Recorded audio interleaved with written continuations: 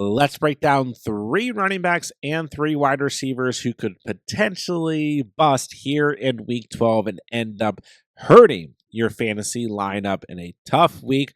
A lot of bye weeks. We need to make sure we are making the right decisions, and these 6 players could end up hurting you as we move into week 12.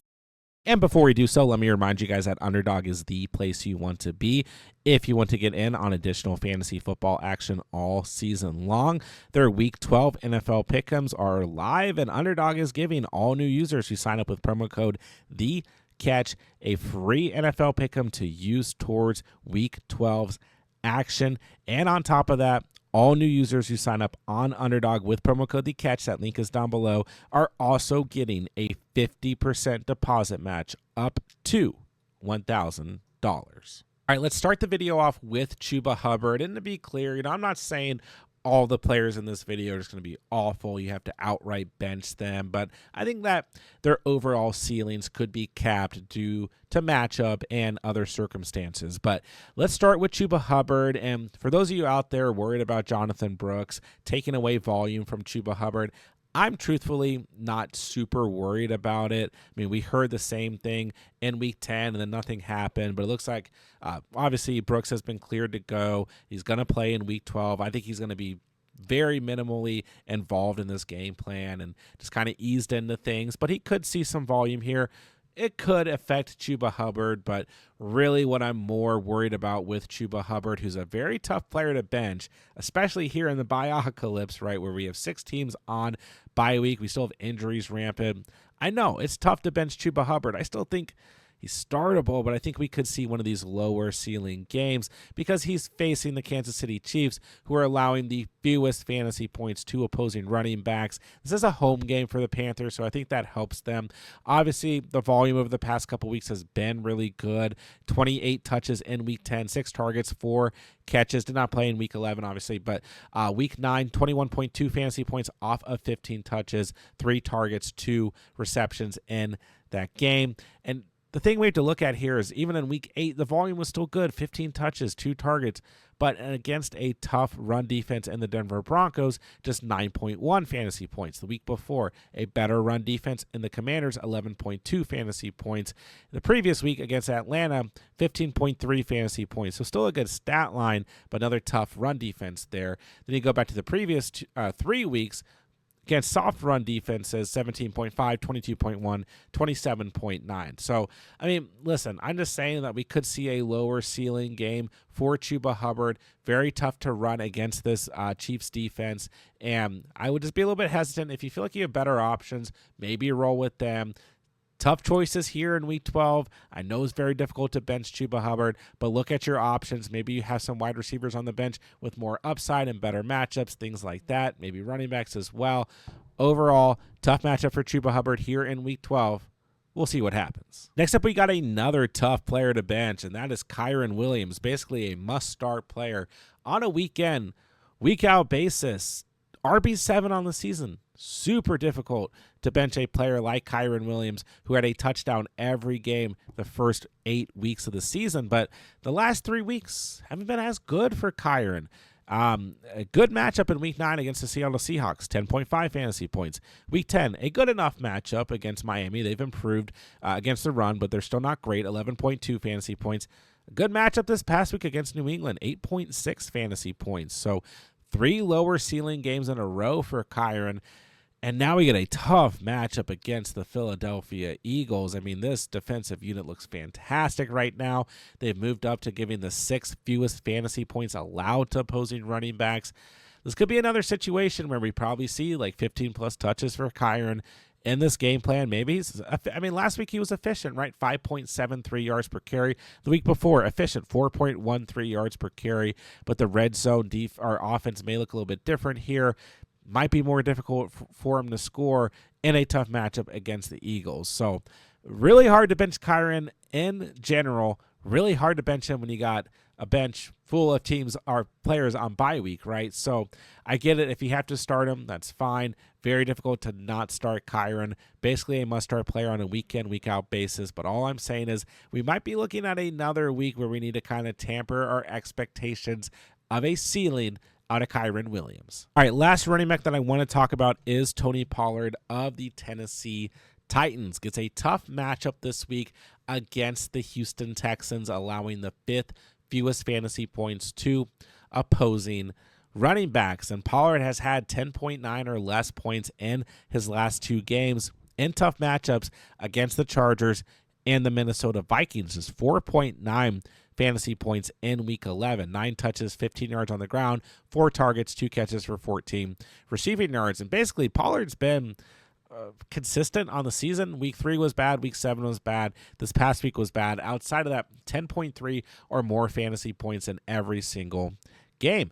And ultimately, this passing attack has been slightly better over the past 2 weeks or so for the Tennessee Titans. And Will Levis has been at least not turning the football over as often over the past couple of weeks. So maybe we even see a little bit less volume for Pollard. But there is an argument that maybe we see more because Tajay Spears is out dealing with his 3rd injury of the season. And I don't think that Julius Chestnut or Josh Kelly are going to get an extreme amount of touches here. So there might be more volume this week just because there's nobody else to get that volume. But it is a tough matchup.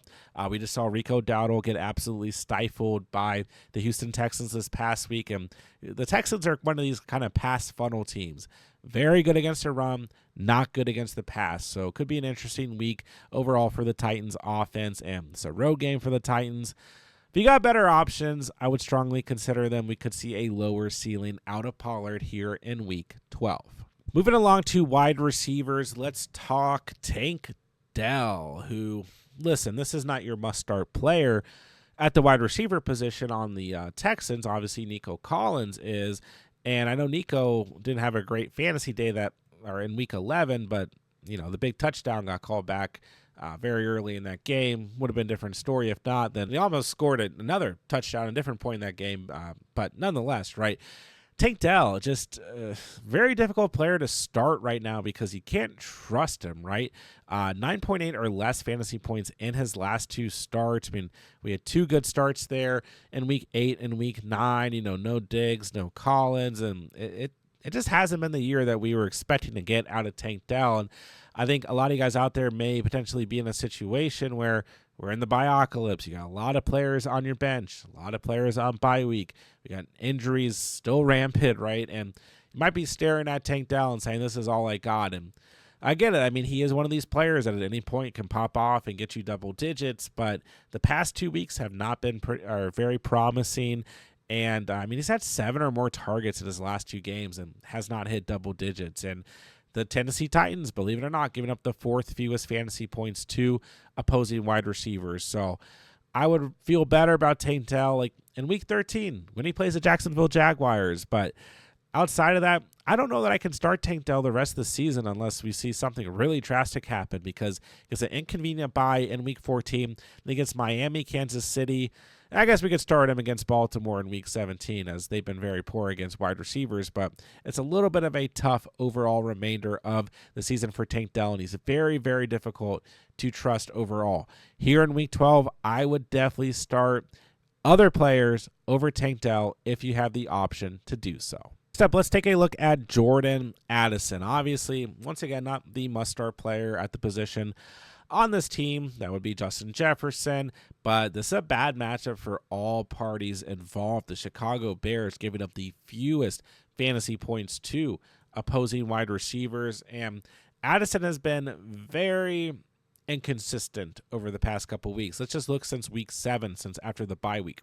9.6, 4.2, 16.1, 4.9, 15.1. Those are your stat lines for Addison. And in interesting fashion, he's had some of the poorer stat lines against softer matchups like the Lions, the Rams, and the Jaguars.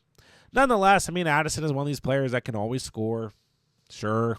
He's averaged 10.7 fantasy points on the season, but he can also just come through with these performances where you're like, why in the world did I start Jordan Addison? And I think in this awful matchup against the Bears this week on the road, I just don't feel confident in starting Jordan Addison. We've had matchups on the year where I've been like, I think the upside can be there. And he hasn't even come through in those matchups, like week 10 against Jacksonville, week 7 against Detroit, and where we expected a good game script, and we got a good game script, and the matchup was there. It's like just so tough to call when Jordan Addison is going to be that guy for you. This week on the road, in a very difficult matchup against the Bears, I'm not starting Jordan Addison. Last player we're going to take a look at is Ricky Pearsall of the San Francisco 49ers. And when I put together the list for today's video, Brock Purdy had not been injured yet. So a lot of you guys probably going to look at this and just skip this segment of the video because at this point you're probably not feeling confident whatsoever in starting Ricky Pearsall. But initially I wanted to look at last week where he had 2 targets and 0 catches. And then look at this matchup as the Packers are still top 10 against opposing wide receivers. Then look at the fact that they've given up the 3rd fewest total yards to slot wide receivers on the season, where Ricky Pearsall is primarily playing out of. But now we have the factor that Brock Purdy's not even playing and Brandon Allen's the starting quarterback. So who knows what we're going to get out of any of the Niners wide receivers this week. It could end up being a tough week for Deebo Samuel and or Jawan Jennings as well as Ricky Pearsall. I would say personally, I would still risk it with Deebo or Jennings, but expect lower ceilings out of them in what's already a tough matchup with a backup quarterback playing.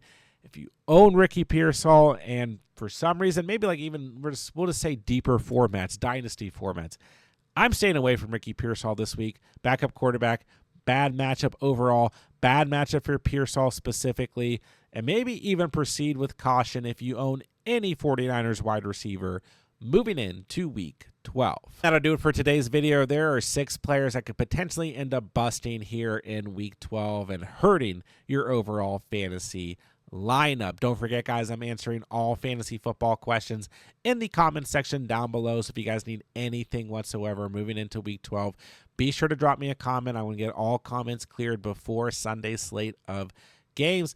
And as always, be sure to subscribe to the channel because we're going to have everything on a week in, week out basis to help you guys dominate 2024 fantasy football. And with that, I'll say thank you guys so much for watching and or listening. And remember, you saw it here on The Catch.